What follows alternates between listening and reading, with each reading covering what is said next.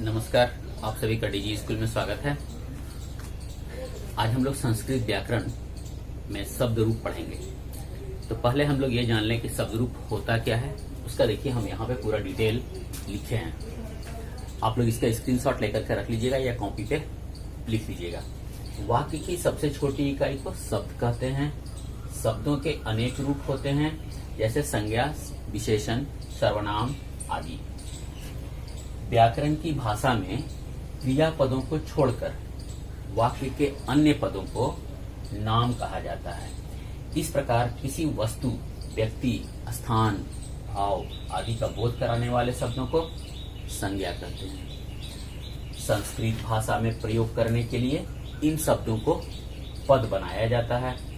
संज्ञा, सर्वनाम आदि शब्दों को पद बनाने हेतु इनमें प्रथमा, द्वितीया, तृतीया आदि विभक्तियां लगाई जाती हैं। इन पदों का प्रयोग पुल्लिंग, स्त्रीलिंग और नपुंसक लिंग तथा एक वचन, द्विवचन और बहुवचन में भिन्न भिन्न रूपों में होता है। इन्हें सामान्यतया शब्द रूप कहा जाता है। शब्द रूप हम लोग जानेंगे किसको कहते हैं। जैसे संस्कृत का कोई भी पद है ना, जो मूल पद है उसका प्रयोग हम लोग अलग अलग विभक्ति, अलग अलग वचन, अलग अलग लिंग के हिसाब से हम लोग करते हैं। जब हम लोग फल का उच्चारण करते हैं तो लास्ट में अ आता है। फल, फल अ आ रहा है ना, तो इसको हम लोग बोलते हैं अकारांत नपुंसक लिंग शब्द। ठीक है, ये इसका शब्द रूप लिखना बहुत आसान है, याद करना बहुत आसान है। हम लोग एक पहला लाइन याद कर लेंगे, फलम फले फलानी। ठीक है, फलम फले फलानी। तो पहले हम लोग ये लिख देते हैं, फलम फले फलानी। सेम चीज यहां भी लिखेंगे हम लोग, फलम फले फलानी। ये बहुत आसान है। अब ये हम लोग देखेंगे, ये अकारांत नपुंसक लिंग शब्द है। यदि हम लोग अकारांत पुल्लिंग शब्द का हमको यदि याद है शब्द रूप, तो तृतीया से लेकर के सप्तमी तक में सेम चीज चलता है। ठीक है, सेम चलेगा तृतीया से लेकर के सप्तमी तक। जैसे हम लोग अकारांत पुल्लिंग शब्द का मतलब है बालक, देव। यदि हमको इसका शब्द रूप याद है तो हम लोग सेम यही लिखेंगे यहाँ पे।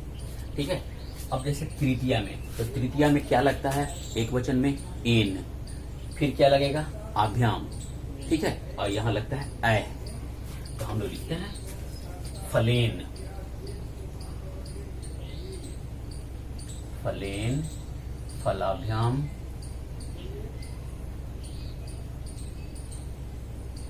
और यहां लिखेंगे फलय।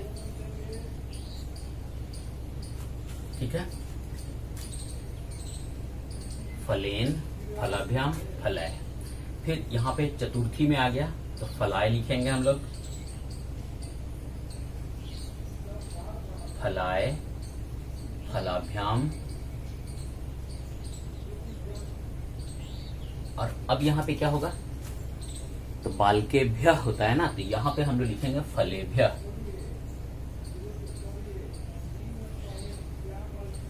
फलेभ्य।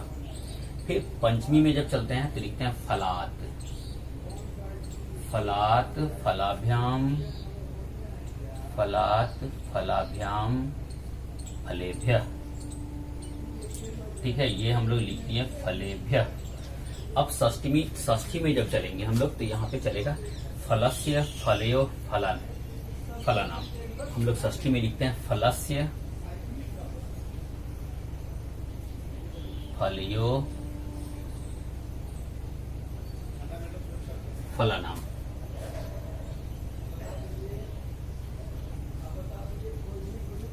ठीक है, इसके बाद लिखेंगे फले फलयो फलेसु।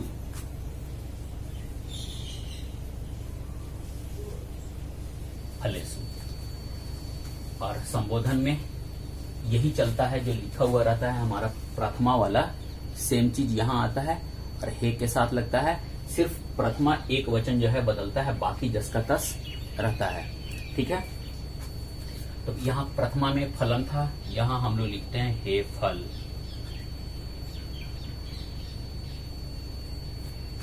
हे फले। ये हमेशा याद रखिएगा कि प्रथमा एक वचन का सिर्फ संबोधन में बदलता है, द्विवचन और बहुवचन वही रहेगा। हे फले, हे फलानी।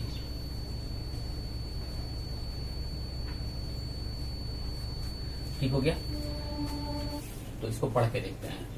फलम फले फलानी, फलम फले फलानी, फलेन फलाभ्याम फलय, फलाय फलाभ्याम फलेभ्य, फलात् फलाभ्याम फलेभ्य, फलस्य फलयो फलानाम, फले फलयो फलेषु, हे फल, हे फले, हे फलानी। इस तरह से ये हम लोग इसका फल का लिख लेंगे। अब हम लोग एतत् का देख लेते हैं। एतत् नपुंसक लिंग है। इसका जो है इसमें सप्तमी विभक्ति तक ही होता है। हम लोग ये जानते हैं कि इसमें सप्तमी विभक्ति तक होता है। तो हम लोग यहाँ पर इसका लिखेंगे, इसमें संबोधन नहीं होता है। तो यहाँ हम लोग लिखेंगे, याद रखिएगा, तत् ते तानी, तत् ते तानी, उसमें ए लगा देंगे। तो एतत् यहाँ लिखेंगे हम लोग एतत्, एते, एतानी। सेम चीज यही, फिर एतत्, एते, एतानी। तीसरा में है तेन, तो तेन ताभ्याम तय, एतेन, एताभ्याम, एतेन, एताभ्याम, एतय। फिर यहां लिखेंगे तस्मय, एतस्मय, एतस्मय, एताभ्याम,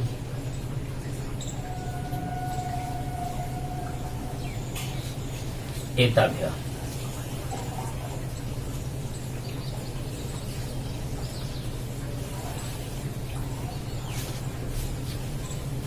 एताभ्य हो गया। अब पंचमी में जब चलेंगे हम लोग तो लिखेंगे एतस्मात्, एतस्मात्, एताभ्याम,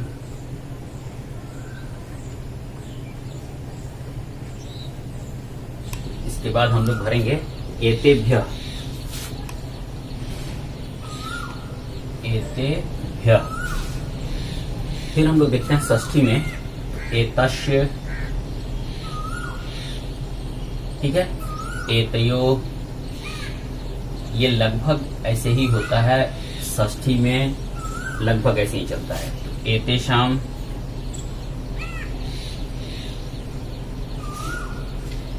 इसके बाद सप्तमी चलेंगे एतस्मिन्,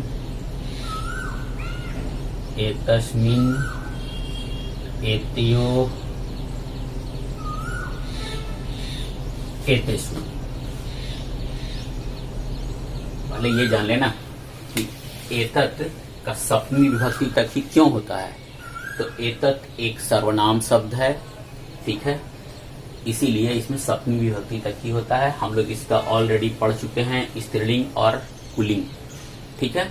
तो यदि आप देखिएगा, यदि पुल्लिंग शब्द इसका याद होगा आपका एतत् का, तो द्वितीय तक में एक ही है, एतत्, एते, एतानी, एतत्, एते, एतानी। बाकी ये सारा तृतीया से लेकर सप्तमी तक का जो है ये सर्वनाम माने एतत् पुल्लिंग शब्द का ही शब्द रूप इस्तेमाल किया गया है, वही प्रयोग होता है, सेम चीज है। तो ये दो आपको याद होगा, और यदि वो पुल्लिंग वाला याद होगा तो सेम चीज यही हम लोग यहाँ पे लिख देंगे। आइए हम लोग इसको एक बार पढ़ के देखते हैं। एतत्, एते, एतानी, एतत्, एते, एतानी, ये दोनों तो सेम चीज है। इसके बाद देखिएगा तृतीया में हमेशा एन लगता ही है, तो एतेन, एताभ्याम, एते। चतुर्थी में एतस्मय, एताभ्याम, एतेभ्य। पंचमी में एतस्मात्, एताभ्याम, एतेभ्य। षष्ठी एतस्य, एतयो, एतेषाम। सप्तमी एतस्मिन्, एतयो, एतेषु। ठीक है, तो याद करना भी बहुत आसान है। हम लोग इसको यदि 2-3 बार इसको कर लीजिएगा तो याद हो जाएगा। इसमें देखिए जैसे ना ये ताभ्याम ताभ्याम जो है, एताभ्याम एताभ्याम, ये लगभग सारे शब्द रूप में इस्तेमाल होता है। यहाँ भी ये भ्य भ्य सब में होता है, साम सु होता ही है, तो इसलिए हम लोग को याद करना ये आसान है। जब भी याद कीजिएगा ऐसे ही याद कीजिएगा, एतत् एते एतानि, एतत् एते एतानि, एतेन एताभ्याम एतय, एतस्मै एताभ्याम एतेभ्यः, एतस्मात् एताभ्याम एतेभ्यः, एतस्य एतयोः एतेषाम्, एतस्मिन् एतयोः एतेषु।